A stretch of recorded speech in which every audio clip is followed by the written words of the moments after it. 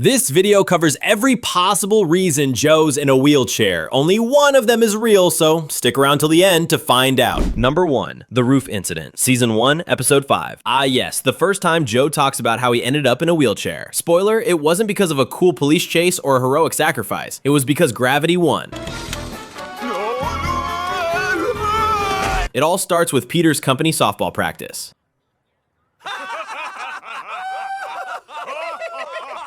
Look at those morons in their stupid glasses. This year, Mr. Weed is feeling cocky because he just recruited a handsome, athletic guy who also happens to be the man he loves. Guillermo. Bravo! I hired Guillermo because I believe he will be an asset to our company on and off the field. Yeah, HR had questions about that hire. You have impeccable credentials. I'm sure I can find a position for you somewhere. Meanwhile, Peter skips greeting his new neighbors because he's too busy training. Also because his old neighbor still hasn't returned his barbecue grill. Classic Quahog. Last guy who lived next door borrowed my toaster. Never saw it again. If that slut wants full custody of the kids, she's got it. But disaster strikes when Peter throws a pitch so hard it knocks Guillermo, the team's star player, completely out of commission. Like knee bending the wrong way out of commission. Okay, take your base. Somebody call 911. Tell them he's allergic to penicillin and white Zinfandel. Mr. Weed loses it and tells Peter, find a replacement or you're fired. Idiot! If you don't find a ringer to replace Guillermo, you're fired! Which makes Peter briefly consider crawling back to his old job as a Calvin Klein underwear model. Cutaway gag, Peter in black and white, rolling around in jeans while Mark Wahlberg judges him. Just like everybody else. But I don't want to be different. I just want to be. What was the name of the bad guy from Tron? This is gonna drive me nuts. After that, Peter searched for a replacement, but no one fit the team's needs. Hideo-san would be honored to play for your team, but he wishes to know what compensation you offer. Me love you long time? Turns out the new neighbors are the Swansons. You must be Peter. Joe Swanson. Yeah, nice to meet you, Phil. You know, you got a neighbor on the other side of your house, too, so, don't think you always have to bug me. I'll keep that in mind. Say, do you have a screwdriver I can borrow? Peter meets Joe, isn't impressed at first until Lois casually drops, oh, Joe played college softball. I kind of thought you didn't like me. Oh, what? Because of what I said this afternoon? Oh, no. See, I have that disease where stuff just pops out of your mouth. You go to hell! Whoop. See what I mean? Suddenly Peter's like, here, borrow my screwdriver, take my wife, just join the team. What do you say, neighbor? Sounds like fun. Hey, so much fun it should be illegal. Like copyright infringement. Ho-ho! See you at the game, Joel! Ho-ho! On game day, Peter finds out Joe's in a wheelchair. Oh, you should see this guy in action. He can hit, he can throw. Peter! What's he doing in a wheelchair? Holy crap, he's a crapple. He panics because unemployment doesn't come with beer money, but then Joe absolutely dominates the field. Don't hit it to Joe. Please don't hit it to Joe. Please don't hit it to Joe.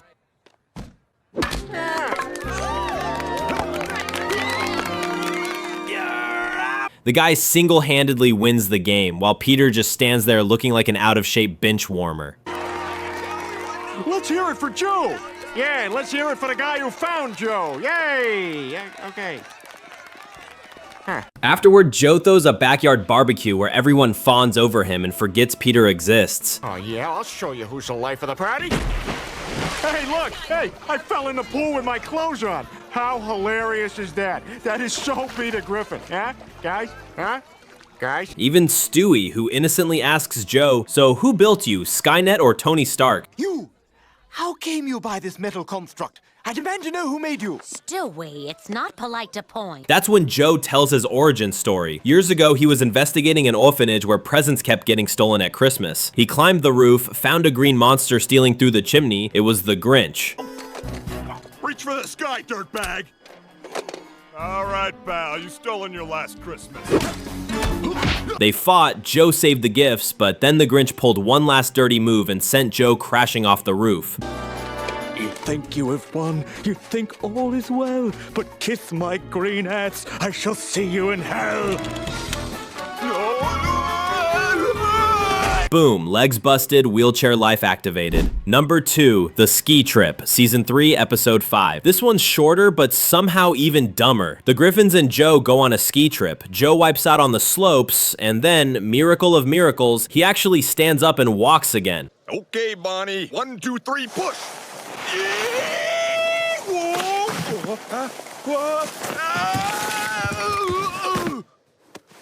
For about 5 minutes, Joe is like, oh my god, it's a Christmas miracle. My God, I can walk. It's a miracle. Sorry, Dad.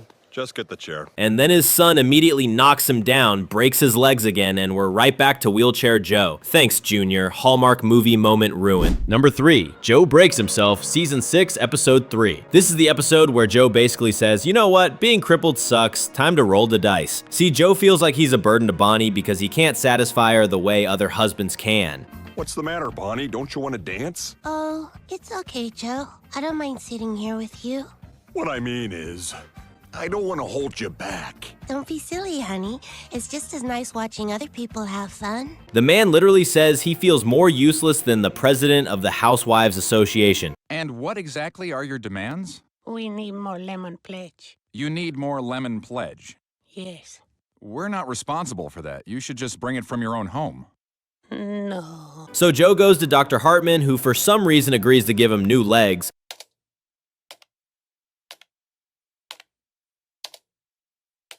Hey, what about these? Ah, good choice. These are the only ones we have in stock that aren't hilarious. I'll take them. Peter even says Joe looks happier than a bunch of fat frogs on vacation in Ethiopia. Don't ask. This is even better than they said it was in the brochure. Oh, yeah, I feel like a pig, but come on, we're on vacation. Exactly. Don't hate yourself. We're on vacation, right? Yeah, I hear Madonna's raising this guy's kid. And after the surgery, Joe comes out strutting like he just won America's Next Top Model. Well, what do you think? Oh, my God, you look great, Joe. Holy crap. They still got that new leg smell. I put his old legs in a bag if you want them. Oh, great. You know what? We'll take him home. We'll give him to Brian. And the very first thing Joe does with his new legs? No, not a victory jog. He takes Bonnie upstairs and makes her very happy, like neighbors calling the cops happy. Oh, Joe, that was amazing. I know.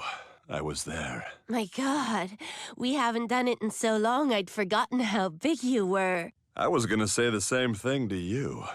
The next morning, Joe's on a high, so he drags the guys mountain climbing, without ropes. I feel so alive. Come on, ladies, kick your high heels off and get moving. You guys are a disgrace. Peter, this doesn't seem safe. Cleveland nearly dies, but Spider-Man swings in and saves him. Because apparently in Quahog, Marvel superheroes do side gigs.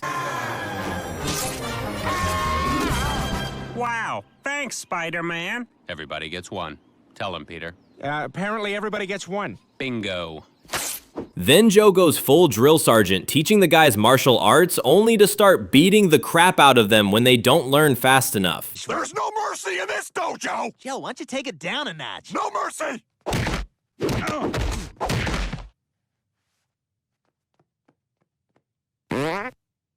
He's snapping at Quagmire during a rehearsal, screaming like Simon Cowell after 3 espressos. But now the milkman's on his way. It's too late to say goodnight. So say good morning. Ah, good morning. Some people still smile. Eventually, Joe ditches the old crew and starts hanging out with younger, cooler, more athletic friends. But Joe, we've been friends for years. Hey, we all make mistakes. Come on, dudes, let's go exercise. Exercise! Yeah! I'm gonna do sit-ups till I poop myself. Peter's crushed. Lois tells him to find a new buddy, comparing it to Judas finding Pontius Pilate, which is not the pep talk you want from your wife. This is so weird because just today I was thinking about how I wanted to find the Son of God and nail him to some wood. Well, let's go find him and kick his ass. That sounds swell. Peter tries to recruit a new friend, but it flops harder than a Meg solo episode. Do any of you know the tale of how cornmeal came to be? No. No? No. Neither did the miller when he left his house that morning. Meanwhile, Joe is so far gone, he even considers leaving Bonnie for his new gang of adrenaline junkies. Please, can't we talk about this? There's nothing to talk about. I've outgrown you, Bonnie. I need to spread my legs and fly. Keep the kid. So Peter hatches a plan. The only way to get their Joe back is to cripple him again. Yeah, his logic is basically, if it worked with Hitler, it'll work with Joe. See, we had a plan for that all along. The guys try to ambush him at his house, but New Legs Joe is unstoppable. He wipes the floor with them.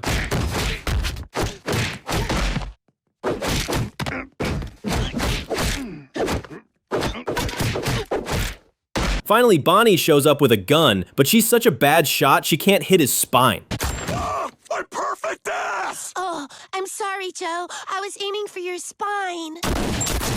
Damn it! So what does Joe do? He grabs the gun, aims it at his own back, and shoots himself into paralysis again. For God's sakes, just give me the gun! I'll do it myself!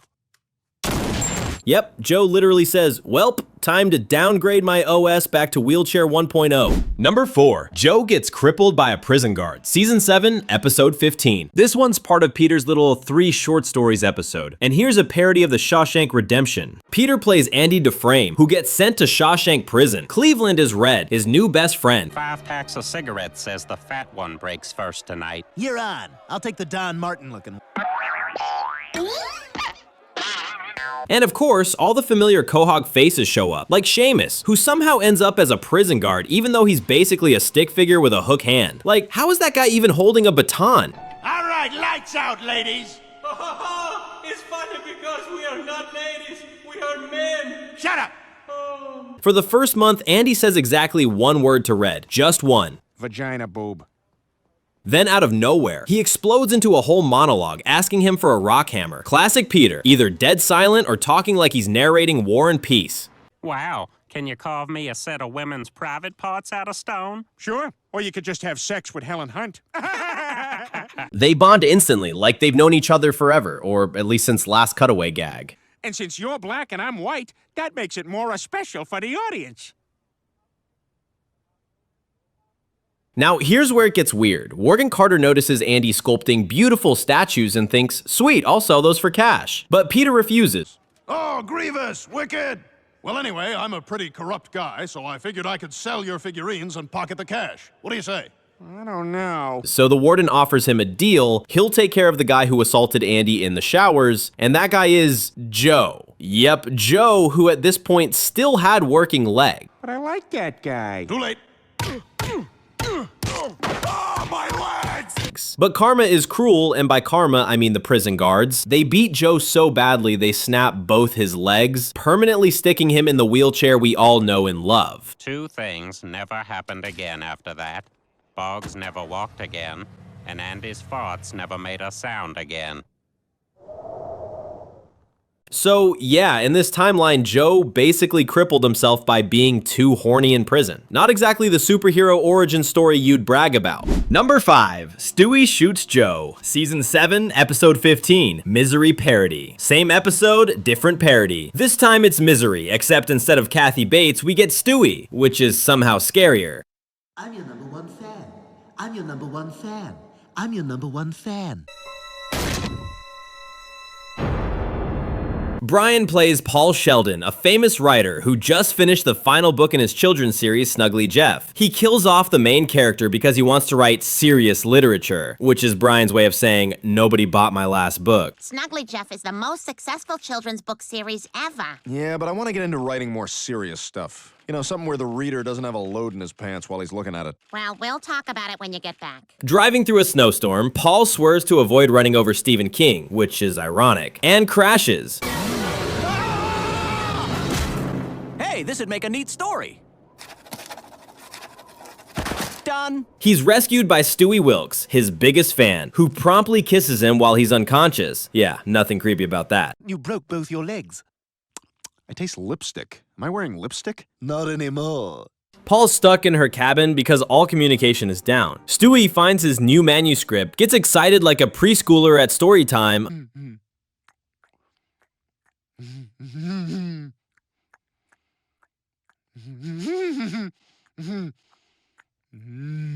until she realizes Snuggly Jeff dies at the end. She loses it and forces Paul to rewrite it. I just finished the book, you dirty birdie.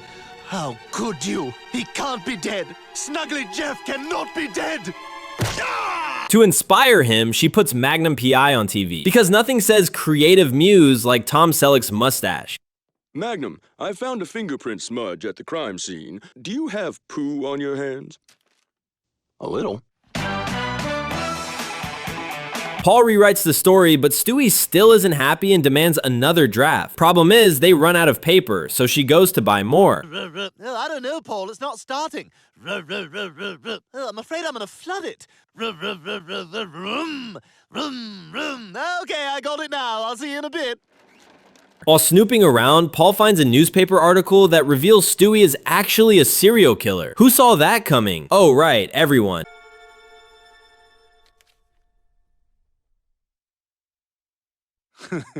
He's too big for that car.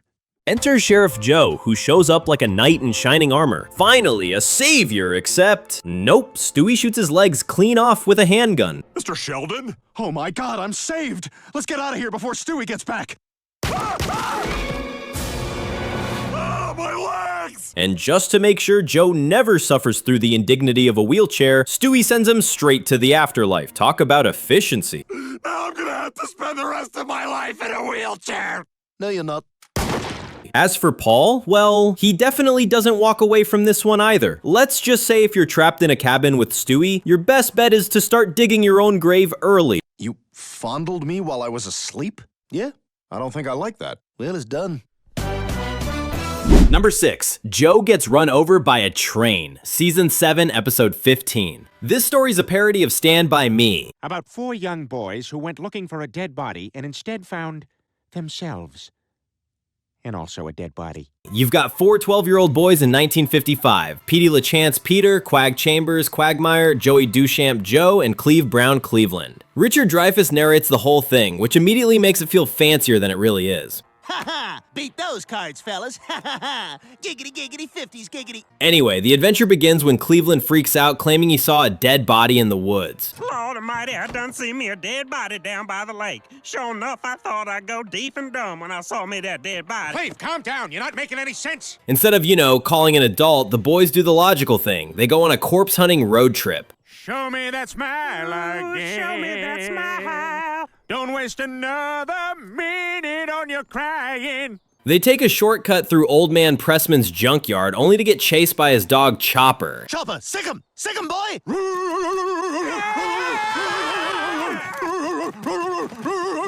And because this is Family Guy, the dog can talk, but only to World War II veterans. Don't ask. Sick 'em, boy. But what I heard was Chopper talk to disfigured World War II veterans who aren't as bitter as they should be. Glad I could do my part. I think you may have done too much. Things stay fun until they try crossing a long, rickety train bridge. My ass! Man, this trip is dangerous. Couldn't we have just taken a bus? No, a black guy. Halfway across, Peter senses the train coming and yells at everyone to run. The boys make it, except Joe.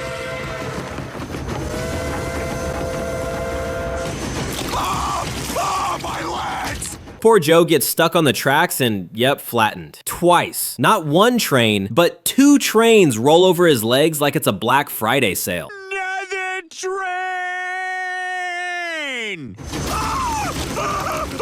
What an odd, clustered train schedule! And that, apparently, is yet another origin story for why Joe's in a wheelchair. But spoiler, it's still not the real reason. Number 7, The Real Story, shot by Briggs, season 11, episode 5. At last, the actual canon answer. Bobby Briggs is the guy who crippled Joe. After 15 years on the run, Briggs finally gets caught and Joe cries tears of joy, like Hallmark movie reunion tears. Bobby Briggs is the one who put me in this wheelchair. Yeah, they got him. They finally got him. Jeez, Joe. You okay? Peter hands him a nose rag to wipe his face, which you really don't want to accept from Peter. Here, use my handkerchief.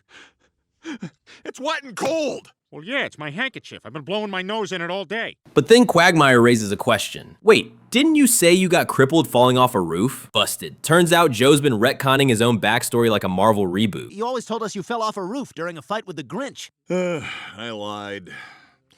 I lied because I was ashamed of the real story. That I let a vicious criminal get away. Back in the day, Joe was undercover, calling himself Swansonson to infiltrate Briggs' crime ring. He was this close to nailing the guy until Briggs found out he was a cop. Are you wearing a wire? Oh, you're dead, Joe Swansonson. My undercover name was Swansonson. Easy, Briggs. You kill a cop, they'll put you away forever. Briggs pulled a gun, shot Joe in both legs, and ran off. That's the day Joe traded in his sneakers for a wheelchair. Then get ready to spend the rest of your life as a lame gimp with an annoying voiced wife. He'd met Bonnie.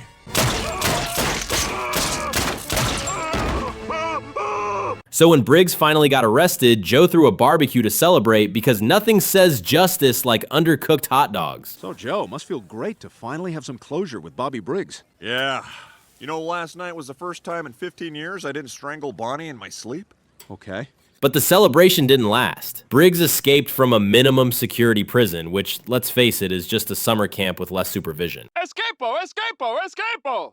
No! No! I can't believe it! Oh, don't worry, Joe. They'll get him back. No, they won't! It took 15 years to catch him! Joe begged the police chief to let him take Briggs down, but he was told, stick to busting jaywalkers. This isn't fair! Swanson, you know your assignment. You get me the guy who's been rubbing his butt all over Dunkin' Donuts. Can I help you? Not illegal, not illegal. Show me the law, not illegal. So, with Peter's encouragement, Joe decides to go rogue vigilante style. He even has a secret evidence room. Son and your baby daughter share a room just so you can keep a weirdo, beautiful mind room? Isn't that a little bizarre? And then we dug the bullets out of that Iraqi family's skulls so they couldn't be traced back to us. Today I saw a balloon. The guys track Briggs to a shabby apartment, but he outsmarts them and slips away.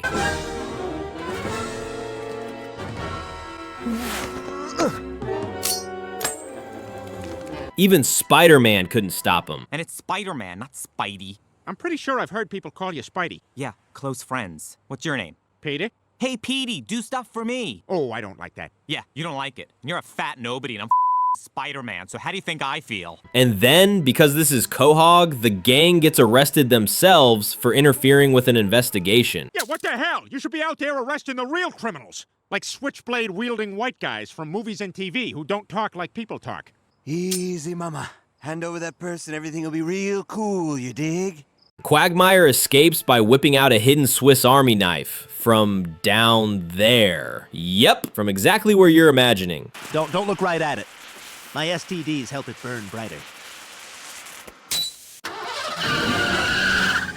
I told you to search that guy's penis. You say that about everybody. Finally, they learn Briggs is heading for Mexico. Joe thinks he'll cross at El Paso by land, but Peter argues, nah, he could fly. TSA security's about as effective as when I got mugged by that one gay guy. Cutaway gag incoming, obviously. This plane's going to Miami!